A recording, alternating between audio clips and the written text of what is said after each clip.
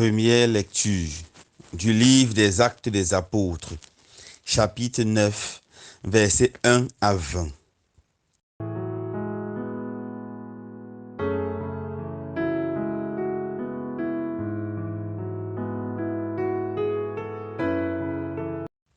En ces jours-là, Saul était toujours animé d'une rage meurtrière contre les disciples du Seigneur. Il alla trouver le grand prêtre et lui demanda des lettres pour les synagogues de Damas, afin que, s'il trouvait des hommes et des femmes qui suivaient le chemin du Seigneur, il les amène enchaînés à Jérusalem.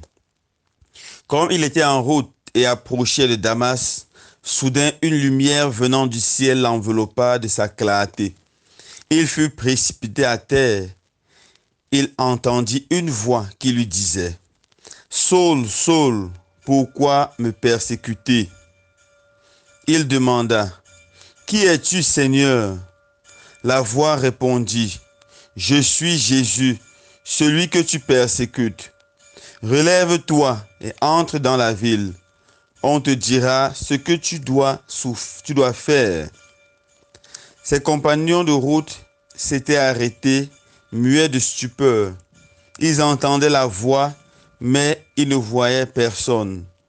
Saul se releva de terre et, bien qu'il eût les yeux ouverts, il ne voyait rien.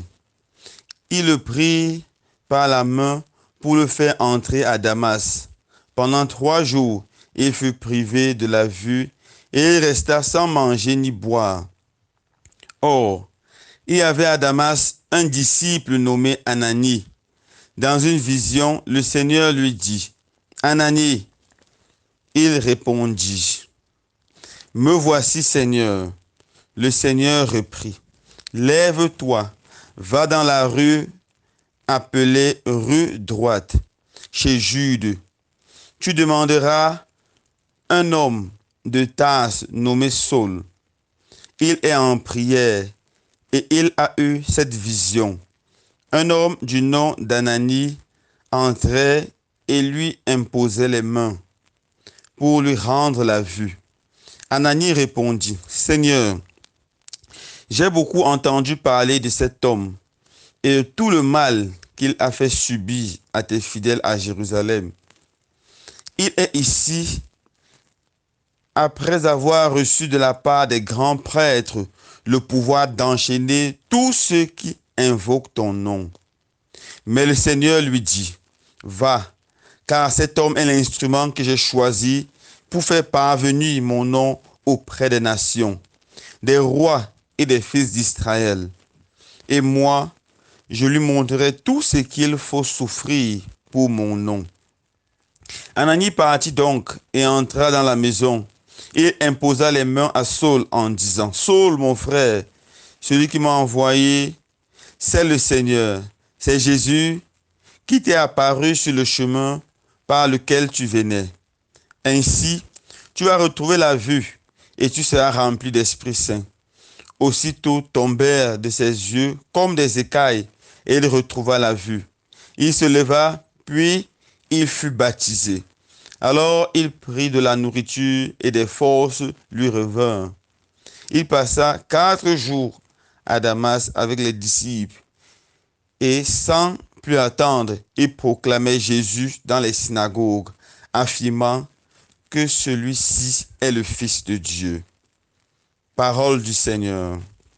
Nous rendons grâce à Dieu.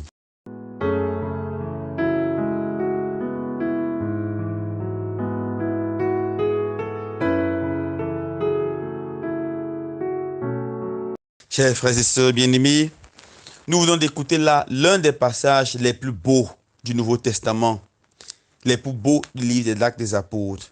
Il s'agit de l'Actes des Apôtres, chapitre 9, versets 1 à 20, où Saint Luc nous raconte l'histoire de la conversion de Saint Paul.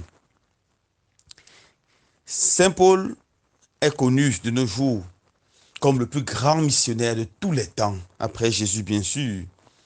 Mais ce qui est beau, c'est de savoir que Saint Paul n'est pas né missionnaire. Saint Paul était un juif. de la tribu de Benjamin, très bien instruit, qui avait appris la Torah, la loi juive par cœur, et qui croyait à un monothéisme tellement singulier, à un monothéisme tellement strict, qu'il n'y avait même pas une possibilité de pluralité en Dieu. C'est pour ça que lorsque le christianisme naissant commence à proclamer Jésus comme Seigneur, il prend cela comme une grande hérésie, parce que pour lui, Dieu ne peut pas avoir d'enfant. Et il se met à combattre et persécuter les chrétiens avec une rage indescriptible. Alors il décide d'aller prendre les lettres pour aller, des lettres de permission pour aller à Damas, car il y avait une grande communauté chrétienne qui naissait là-bas, afin d'arrêter tous ceux qui se déclaraient chrétiens. Et sur le chemin de Damas, il va faire l'expérience la plus grande de sa vie.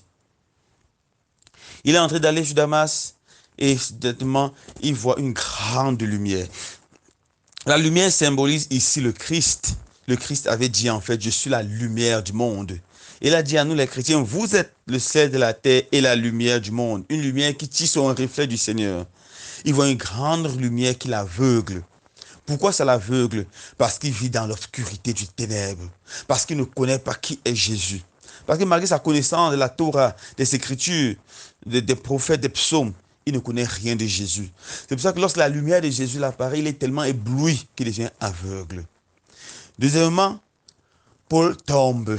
La tradition nous dit que Paul était monté sur un cheval et allait à Jérusalem. Il tombe de son cheval. Nous avons déjà eu à voir que le cheval symbolise l'orgueil, la force, la puissance. Et maintenant, il écoute la voix de Dieu. Paul, Saul, Saul, pourquoi me persécutes-tu? La voix. Jésus disait, Jésus nous déclarait qu'il est la voix de Dieu, la parole de Dieu. Il écoute Dieu qui lui parle. Pourquoi me persécutes-tu? Mais en fait, il n'a jamais persécuté Jésus de façon physique, mais il a persécuté les chrétiens. Et on comprend dès lors que lorsqu'on persécute les chrétiens, c'est Jésus qu'on persécute. Lorsqu'on aime les chrétiens, c'est Jésus qu'on aime. Lorsqu'on travaille, on sert les chrétiens, c'est Jésus qu'on sert. Finalement, il entre à Damas aveugle et pendant 3 jours et 3 nuits ne mange pas. Il est aveugle, Saul le puissant, qui allait partout, écrasé, aveugle. Maintenant, il doit arrêter la main de quelqu'un, se faire tenir. Il doit apprendre à être humble. On ne peut pas servir le Seigneur en étant orgueilleux. On ne peut pas servir le Seigneur sans apprendre à être humble. 3 jours et 3 nuits sans manger, la pénitence. On ne peut pas servir le Seigneur si on ne connaît pas faire pénitence. Pénitence pour ses péchés, pénitence pour le bien, pour le salut du monde entier. On ne peut jamais se convertir si on n'est pas capable de faire cela.